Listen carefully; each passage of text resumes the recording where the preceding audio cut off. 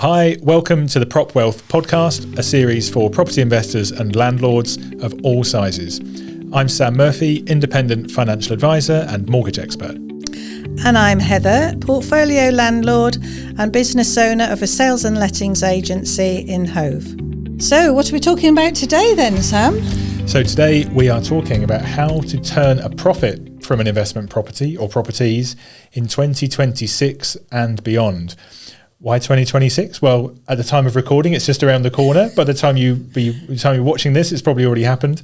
And of course, there's been a lot of changes in the last, this year, 2025, Renters' Rights Bill, Act, as it is now, tax changes, interest rate changes. So really, when you're a landlord, you often don't really look at the profitability of your property until you get to your tax return at the end of the year. For some landlords, it can be a real shock that they've gone from profit to loss. So, Heather, what do you see in terms of good habits and good practice from landlords that have got themselves organised and that they turn a profit healthily and regularly from their properties? It's simple things, really, Sam. I think we've already touched on these in previous podcasts.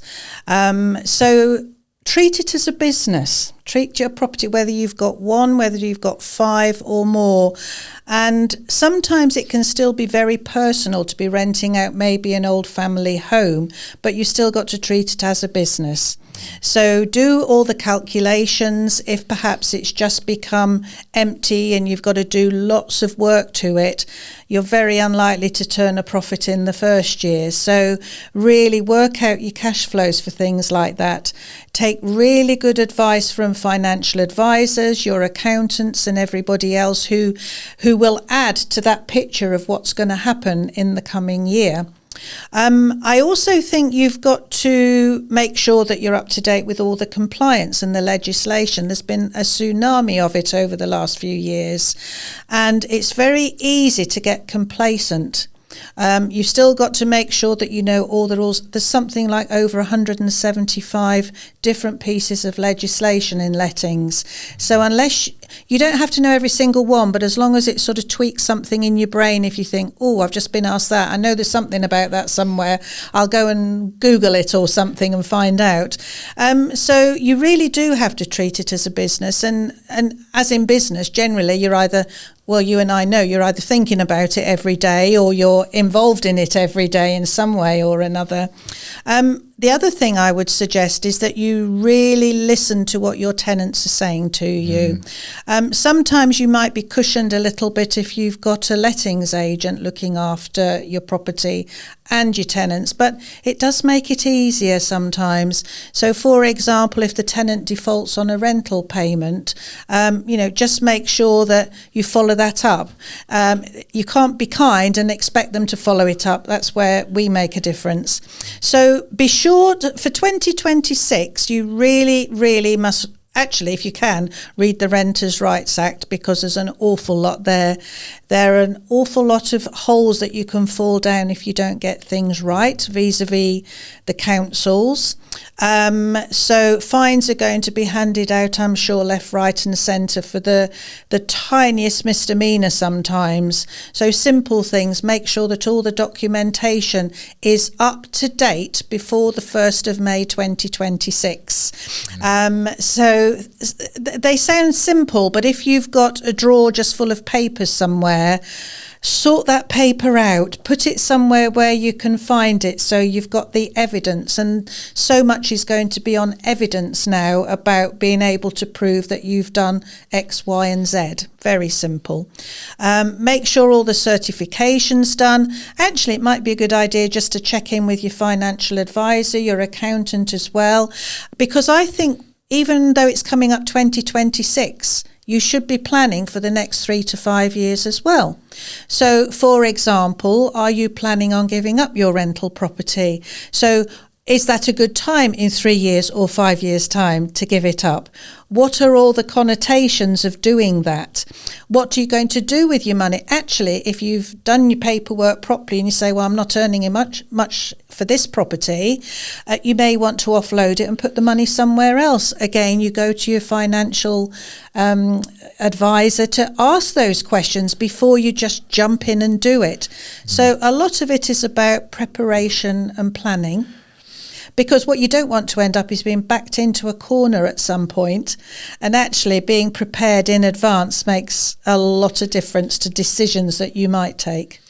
Yeah, we're biased, of course, because we provide these professional services that we're saying are so important. But yeah, we also have experience of being landlords, and I feel like it's never been a more daunting time to be a landlord. The compliance, not only is it onerous, but it's punitive if you don't comply with it now. You know, it's really got teeth, this legislation that's coming in now.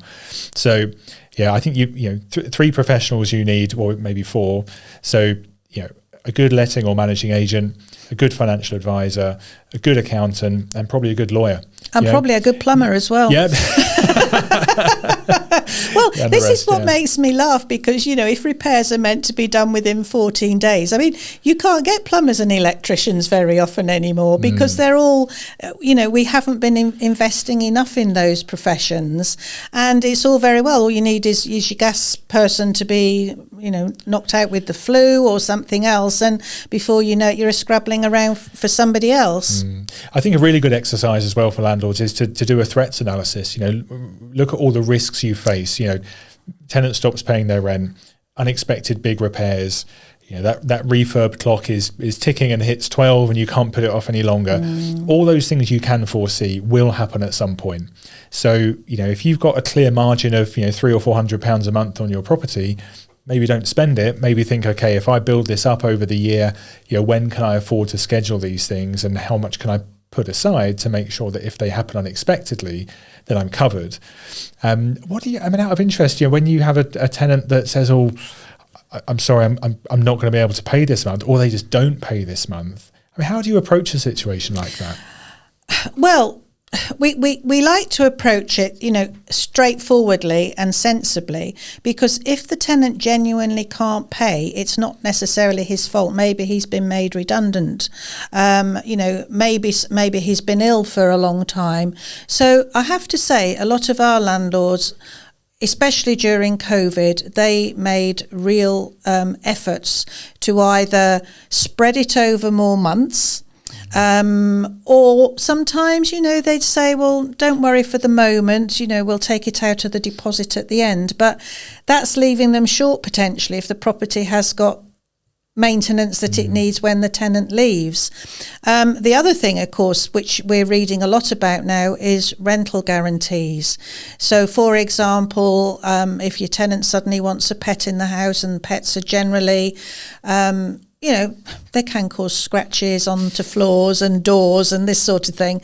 Well, you know, they really should be covered for those sorts of eventualities, because a new door is expensive, new flooring is expensive, and what you don't want to do is put off a new tenant coming in and go, well, it's scratched there, and that all goes on the inventory and on the check-in report.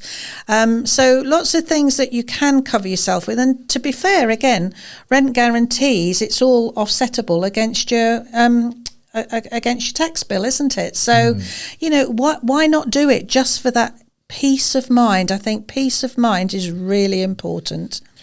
Yeah, that's right. Yeah, so landlord insurance, where the Landlord rent's guaranteed, insurance. and you've got all the usual protections as well, including maybe your furniture or contents if it's in there.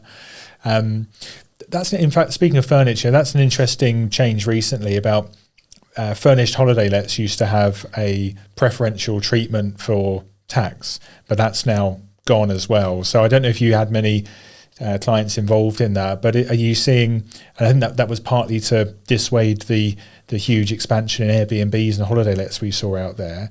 Are you seeing many landlords return to the the regular long-term tenancy market, having been dabbling in holiday lets, or not so much? Oh, interesting question. We've had both, actually. We've had landlords who've wanted to rent out, like the Airbnb, the short-term lets, and actually quite a few landlords who've been trying to sell recently and haven't been able to sell the properties.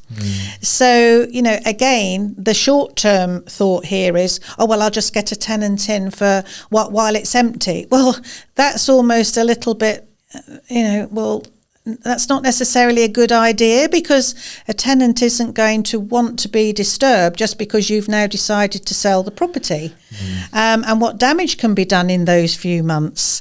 So, you mentioned about the furniture. Well, there are rules about what type of furniture you have in properties. Fire safety, all those sorts of things.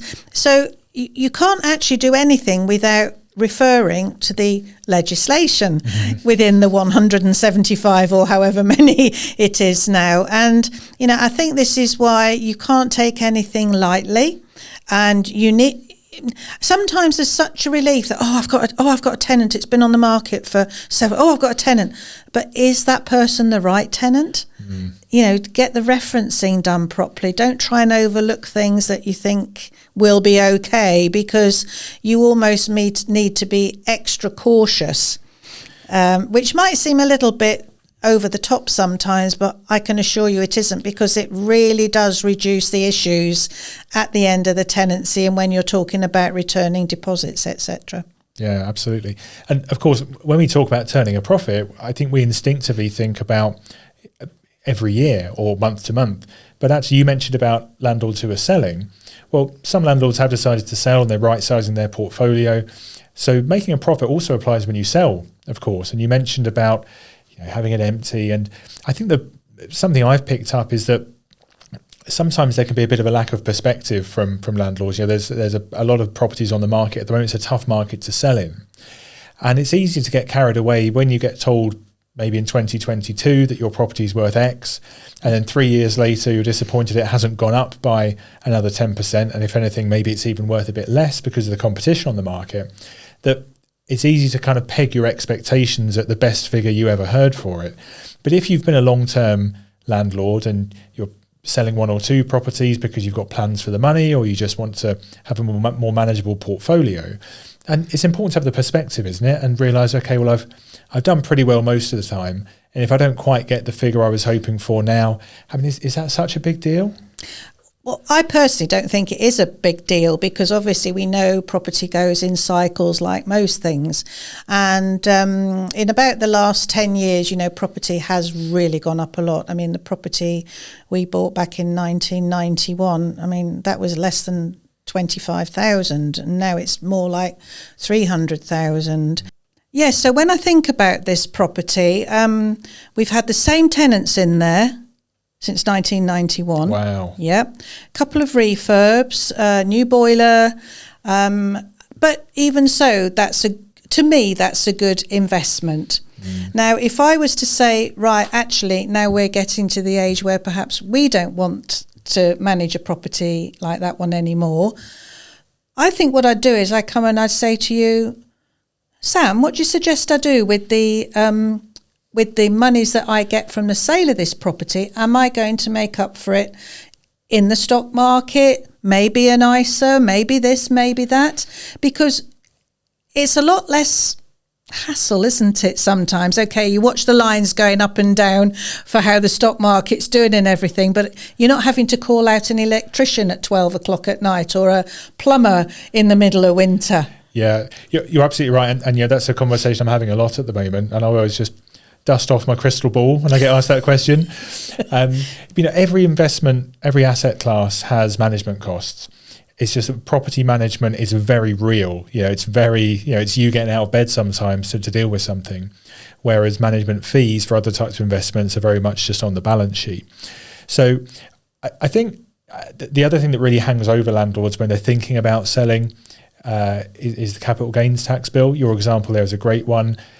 If you took the time to work out what your likely bill would be for capital gains tax, it feels incredibly prohibitive. And you think, well, why would I, it could be £60,000-70,000 quite easily if you held a property for 30 odd years.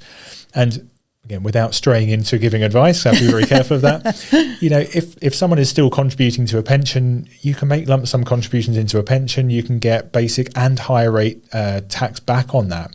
So, you know, if you pay 24% capital gains tax, you could be getting 40% tax credit on pension contributions. So actually you could end up with more money. If you've already paid tax on something, pensions are still very attractive from that point of view.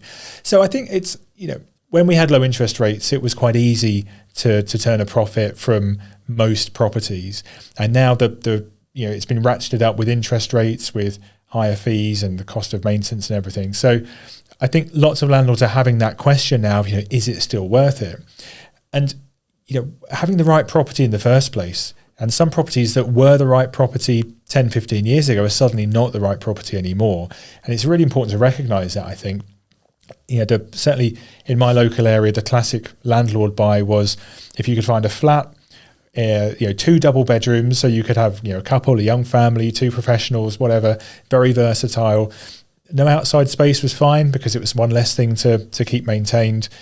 You know, that was the jackpot. It didn't matter if it was on a high floor because people are quite happy to go upstairs generally if they're renting a property.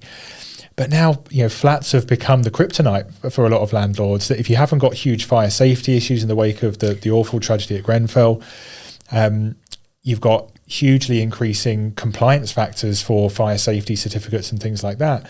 So it's really quite common now for service charges on flats to be £200 or £300 per month, where they were, you know, £100 a month only 10 years ago. In fact, I was helping a buyer the other day. She's buying a flat in Kemp Town in Brighton, and they had the service charge forecast for the next 8 years, and the service charge was going to collect from each flat another £30,000 over the next 8 years. It was a nice end of terrace Regency building on the seafront, so, you know, redecoration as well as everything extra that's going on at the moment. And she's buying it, but she's got a great price on it because the landlord is like, I can't get this to stack up, because you can't ratchet the rent up for your tenants just because you have extraordinary bills. So the landlord's taken a hit there, and they've decided they're going to sell it so they don't have to pay for all the repairs that are coming up in the future on top of the risks they have. Well, you've just mentioned something really important as well, because a lot of landlords sometimes will not look at how long they've got left on the lease of the property, and they find it, you know, at that level where people say, oh, if it's got under 80 years, you know, that's going to cost an awful lot of money. Oh, this was 62 years as well. Oh, I forgot that bit. So I think the landlord's suffering that because they're extending it on sale as well. Yeah. I mean, it's that. All these little things, you need a checklist, don't you, when you come to do this? And of course, we haven't spoken yet about going from being a private investor to setting up a limited company to put property in. So I would imagine that some of those landlords who are looking at perhaps increasing their portfolio at the same time should ask their accountant or advisor, would this work for me or wouldn't it work for me? Or at what time would it be a good time for me to do all of this? Yeah, we certainly see the majority of new buy-to-let purchases going in a limited company. So that's a special purpose vehicle that's set up purely for owning property. But actually, you can buy a property through a trading company as well. So if you run a plumbing business or something, you've got money sat in the business in reserve, you don't want to take it out for tax reasons, you can... within your trading company, you can buy that property. Certain lenders will give you a mortgage to the trading company rather than having to set up a special company to do it. Where it gets difficult is if you've got an existing portfolio and you want to try and move that into a limited company. That's generally quite expensive. You're likely to have to do it at market value and pay stamp duty. Again, not straying too close into advice. No, but I've done it myself. It was expensive, yes. But if you're in it for the long run, you know, a good accountant and a good financial advisor will help you establish that timeline for, okay, I'm going to incur a lot of fees here, but when's it going to pay me back? And, you know, typically if you're a higher rate taxpayer and you're in it for the long run, then that pain could well be worth it, subject to the things we can't predict, like the taxation regime for limited companies at the moment makes it more favourable. You know, who's to say you couldn't find a special treatment coming around the corner for property held in limited companies? So That's always the risk that the goalposts can move, as they have done a lot over the last few years. But I think it's obviously just generally important to keep on top of getting the best mortgage deal. I see a lot of landlords with bigger portfolios. They think that they are not mass marketable in terms of mortgages. They have to go to a private bank, or they have to stick with the lender they've got that's given them this sort of floating charge facility over lots of properties. And actually a lot more of the mainstream lenders are happy to do larger portfolios. Certainly up to 10 is pretty straightforward for a lot of lenders. More than that, slightly smaller pool, but still available. And it doesn't mean you can't get high street rates. A lot of landlords are sat on long-term variable rates where they're just a certain level above the base rate. It's been incredibly painful for the last few years for people in that situation. So, always check. And if you don't want to upset your financial advisor, put a little inquiry on the internet to a buy-to-let specialist. See if they can just, give you any food for thought, either to go back to your other advisor with. I suppose, you're building up trust with your lender as well if you're regularly paying all your repayments, aren't you? So I would hope that they would look favourably as well upon somebody who's been a client for many years.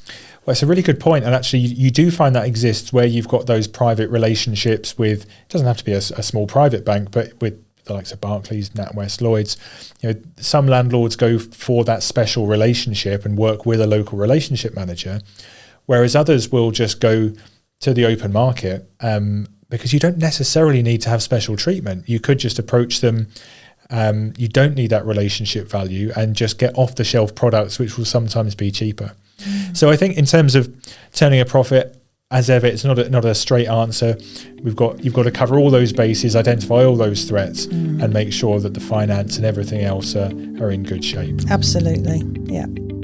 So I think that does us for this episode. Thanks for watching or listening along. If you've got any questions or comments, please do put them in the comment section below. We'll be delighted to hear from you and get back to you. And please join us next time for the next episode.